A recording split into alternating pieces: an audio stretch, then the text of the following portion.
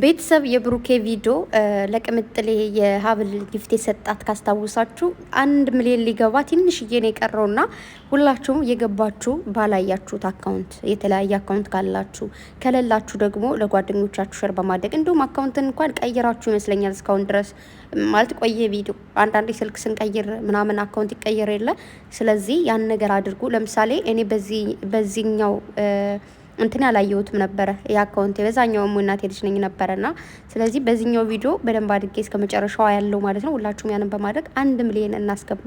እጅግ በጣም ነው ደስ የሚለው በቤቴን ደስ ይላል አይደል? ቤተሰብ ቲክታክም ያላችሁ ዩቱብም ያላችሁ 1 ሚሊዮን ስትገቡ እንደ ደስ እንደሚል እኔ ቲክታክ ላይ 1 ሚሊዮን ለመጀመሪያ ጊዜ ስገባ ማለት ነው እንደ ደስ እንዳለኝ አንድ ቪዲዮ ገብቶልኝ እኮ ነው የሆነ ደስ የሚል ነገር አለው 1 ሚሊዮን የሚለውን ስታዩትና ከዛን ከለመዳችሁት በኋላ 2-3 ቪዲዮ ቢሆን ምናምን ኖርማል ነው። ስለዚህ ለመጀመሪያ ጊዜ 1 ሚሊዮን ሲገባ በጣም ደስ የሚላቸው ነገር አለና ሰው ሁላችሁም ገብታችሁ በዛ ላይ እንግዲህ ታውቃላችሁ የሁለታቸውን እንትን እንዴት እንደምንወደው ሁለታችንምና እንዲሁም ደግሞ በዚህ የብሶች መልእክት ቅምጥሌም ቡራም የዩቱባችሁን አካውንት ፎቶአችሁን የሁለታችሁንም ፎቶ ፕሮፋይል ተጠቀሙ ሲሉ እንግዲህ ወዳጆቻችሁ መልእክታቸውን አስተላልፈዋል። እኔም ወዳለሁ እንደዛ ብታደርጉ እጅግ በጣም ደስ የሚለኝ ማለት በአንድ ላይ አብራችሁ የተነሳችሁት ፎቶ አለ አይደለ? እሱን ብታደርጉት እጅግ በጣም ደስ የሚል ነገር አለው። ግን ያው ቤተሰብ ቢረጋጉ ማለት ቀስ ብሎ ቢያደርጉም ጥሩ ነው። የሰው አይን እየበዛባቸው ስለሆነ ወደሆኑ ደግሞ ያው ትንሽ ሊከብድ ይችላል ብዬ አስባለሁ። በተረፈ እስከ ታምብሌሉ ከጀርባ እስካለው ነገር ምናምን እስከ ፕሮፋይሉ በደንብ አድርጋችሁ የሁለታችሁን ደስ የሚል ፎቶ ፕሮፋይል ብታደርጉ የሁላችንም ምኞትና ፍላጎት ነው። የእናንተ ፍላጎት ምኞት ደግሞ አናቅም። ብቻ የኛ መልእክታችን ወይ ደግሞ ፍላጎታችን የተናገርነውና አስቡበት ለማለት ያክል ነው። ብታደርጉት ደስ ይለኛል። እውነት ለመናገር በጣም ብዙዎቻችን ደስ እንደሚለን አልጠራጠርም። እና ደግሞ ቡራ ሰሞኑን መጥቶበታል እንዳያችሁ ቲክታክ ላይ ቆንጆ ወደደ ሲሸረብበት ምናምን በሚለው ሙዚቃ እንዲሁም ደግሞ አልቀረም ወይ ልጅ በልጅነት ምናምን የሚለውን ሙዚቃም ደግሞ እየቀወጠው መጥቷልና እውነት ነው። ቆንጆ የወደደ በጣም ብዙ ሰዎች ሲሸረብባቸው አይተናል። ከዛች ቆንጆ እንትን ለማለት ብዙ ነገር ሲደረግ አይተናል። ግን ዋናው የዛ ሰው ጀግንነት ወይ ደግሞ ፍላጎት ነው የሚያቆየውና ደግሞ ፎቶ ሲያምር ኢንስታግራም ላይ ፖስት ያደረገው ጸጉሩ ስንል ጸጉሩ በጣም አማረበት ደግሞ ማለት ነው። እንደዚህ ተካከለው ምናምን ደግሞ ያምራልና እንዲሁም ደግሞ ቅምጥሌ ከወደደችው ምንም ማድረግ አይቻልም ማለት ነው። እዚህ ጋር ደግሞ አይታችኋቸዋል ሲጎራረሱ ማለት ነው። እኔ ራሱ ማለት ነው ቤተሰብ በነገራችሁ ላይ ጉንፋን ነገር መልሶ እያመመኝ ነው። እኔ ግን ምን ይሻለኛል በማርያም ለጉንፋን በጣም ቅርብ ነኝ፣ በጣም ከምላችሁ በላይ የሆነ የሚሸት ነገር ከሸተተኝ እንደዚህ ሳልፍ እንኳን ትንሽ ነገር ወይ ደግሞ ጉንፋን ያለው ሰው እንደዚህ ባጠገቤ ካለፈ ምናምን በነፋስ በርቀት ነው መቀመጡ የሚይዘኝና ደግሞ እኮ የማሳዝነው ምን እንደሆነ ታውቃላችሁ? ከቤት የመጀመሪያ ጉንፋን የተያዝኩት እኔ ከሆንኩኝ ልክ ሁሉ ሰው ይያዛል አይደል? ልክ ከመጀመሪያው ጀምሮ እነሱ እስኪያዙ ከዛ እነሱ ጨርሰው ተሽሏቸው ምናምን ነው የሚሻለኝ። ምን ማለት ምንድን ነው? ምንኜ ነው? እንደው መድኃኒት ነገር ካላችሁ ሹክ በሉኝ። ብሩኬ እንደዛ ሊበላ ሲል ማለት ነው ገና ወይኔ የመጀመሪያውን ጉርሻ ለራሱ ባላ ያደረገው እያልኩኝ ትክ ብዬ እያየሁት ነበርና ልክ ለቅምጥሌ ሲያጎርሳት ማለት ነው ቅምጥሌ ራሱ ወይ ላንተ ልትጎርሰው ነው ምናምን እያልኩ ለራሴ እያሰብኩ ነበር። አላለችም።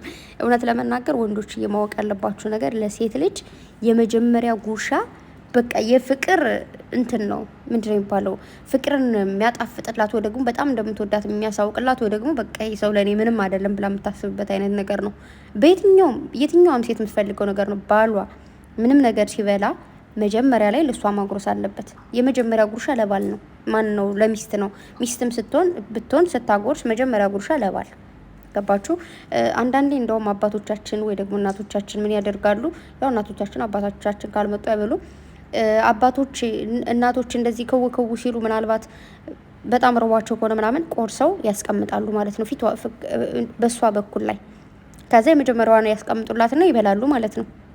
ከዛ ስትመጣ የነሱን ቆርሳ ያስቀምጡላትን ትበላለች። ስለዚህ ምንድነው የሚባለው? ብርኪያ ነው ብቻ እንደዛ ነው። እና በደንብ ጥንቃቄ አድርጎ ማለት ሴት ልጅ በትንሽ ነገር ትደሰታለች፣ በትንሽ ነገር ትከፋለች። ያኔ ትልቅ ነገር እኮ አይደለም የሚያስፈልገን እውነት ለመናገር እኛ ለመደሰት መቤቴን ምናልባት ያ ሰው እኛ ጋር ያለ ሰው ወይ ደግሞ እኛ ፍቃድ የኛ ባል ለእኛ ትኩረት ማድረጉ ብቻ ነው የምንፈልገው።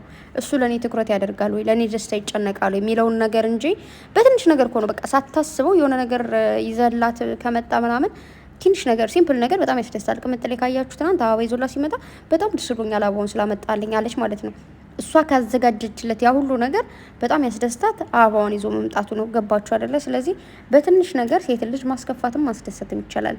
ደግሞ ሚስቱን የሚያስደስት ሰው ደግሞ እግዚአብሔርን የሚያስደስት ነው። ሚስታችሁን እንደ ቤተክርስቲያን እንደምትወዷት ውደዱ ይባላል እና ሚስቶቹም ለባላችሁ ተገዙ።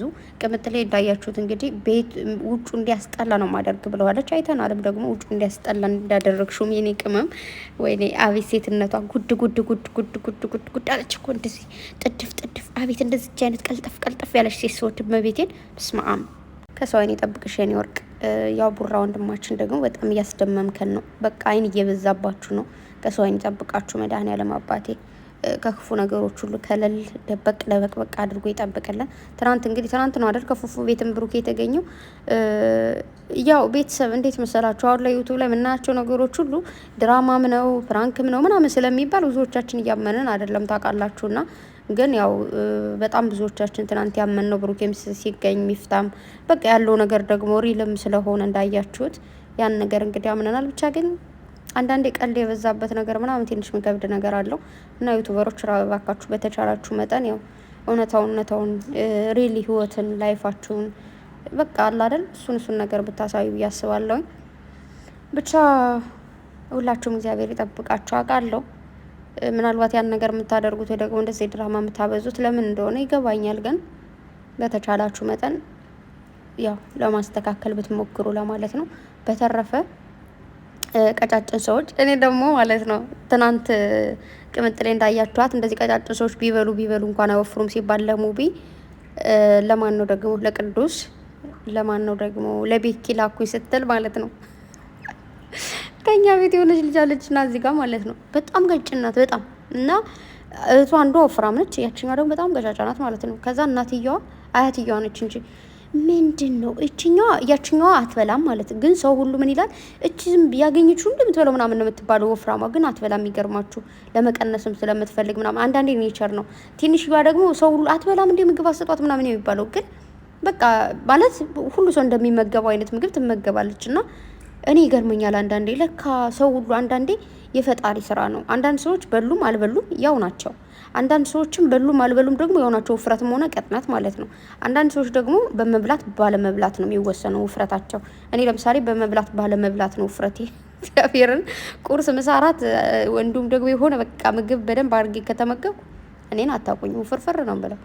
ከዛ ደግሞ ያለ መብላት የሚባለው ነገር ምግብ ደግሞ እንዲሁ ዝም ብሎ እንትን ካልኩኝ ደግሞ ያው መንገዴን ይዛለሁ ማለት ነው። እና እንደዚህ አይነት ነገር ደግሞ አለ አንዳንዴ እንደዚህ ጥሩ ነው ብዬ አስባለሁ። ማለት መወፈር ስትፈልጉም መቀነስ ስትፈልጉም በራሳችሁ ነገር ነው ማሽከርከር የምትችሉት ማለት ነው። ግን አንዳንዴ ደግሞ ያስጠላል። ለምን የሆነ ነገር መብላት እየፈለጋችሁ ግን በወፍርስ ብላችሁ ታስቡና በቃ ባልበላ ስትላላችሁ ማለት ትተውታላችሁ። የምር አንዳንዴ እያማረኝ የሆነ ነገር እተዋለሁ። ምክንያቱም ራሴን ስለማውቀው ራሴ በጣም ተንኮለኛ ነው። እግዚአብሔርን የሆነ ጊዜ ማለት ነው አይ ቲንክ ከ3 አመት በፊት መሰለኝ የሆነች ጓደኛ ነበረችኝና ስማ በቃ ምን ስናደርግ እንደነበር ጊዜ ይወቀው። ከዛ በጣም ወፍሬላችሁ ምናምን ከዛ ለመቀነስ ደግሞ በቃ በራብ ትንሽ ተጎድቼ ምናምን ወደ ነበርኩበት ተመልስኩና ትንሽ የሚከብድ ነገር አለው። ብቻ ቤተሰብ ለማንኛውም ጋይስ አሁን አመጣጤ የመጣሁት ምንድነው 1 ሚሊዮን ብሩኬ እንድታስገቡልኝ ነው ሁላችሁም በተቻላችሁ መጠን። እና ደግሞ እንግዲህ ቡራም ቅምጥሌም ለቡራ በደንብ ኃላፊነታችሁን ተወሳስዳችሁ በደንብ ህይወታችሁ እንደምትመሩ ባለሙሉ ተስፋ ነኝ። ታደርጉታላችሁ። እግዚአብሔር ይጠብቃችሁ ከክፉ ነገር ሁሉ፣ ምቀኛን ሸረኛን ፈጣሪ ያዝላችሁ። እጅግ በጣም ወዳችኋለሁ፣ አከብራችኋለሁ የኔ ውድ ቤተሰቦች። አይ ላቭ ዩ። በሌላ ቪዲዮ እንገናኛለን ባይ